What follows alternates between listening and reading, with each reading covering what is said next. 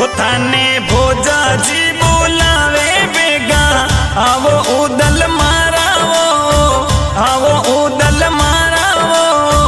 खेड़े खेड़े आरती उतारा देवजी थारी वो, तोरे धोरे आरती उतारा उदल तारी वो। थाने पीपल दे बुलाया बेगा आवो उदल मारावो, आवो उदल मारावो।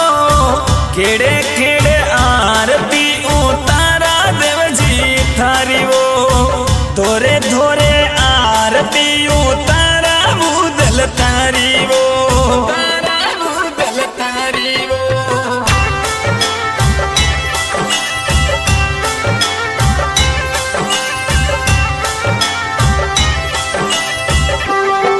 दरवाजा नहीं खुलता क्या? अंदर लोग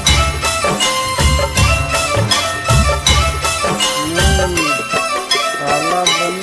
थाने भूणा जी बुलावे बेगा आवो उदल मारावो, आवो उदल मारावो। खेड़े खेड़े आरती उतारा देवजी थारी वो, तोरे धोरे आरती उतारा उदल तारी वो। थाने भगती बुलावे बेगा आवो उदल मारावो, आवो उदल मारावो। खेड़े खेड़े आरती उतारा देवजी तारी वो, तोरे धोरे आरती उतारा उदल तारी वो।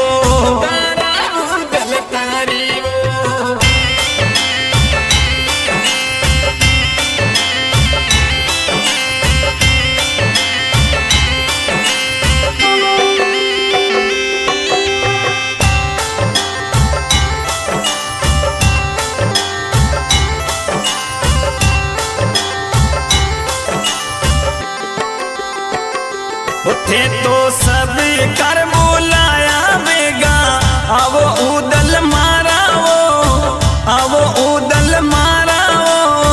खेड़े खेड़े आरती उतारा देवजी तारी वो, तोरे धोरे आरती उतारा उदल तारी वो। उठे तो भगती बुलाया दर्शन देवो उदल मारावो, देवो उदल मारावो।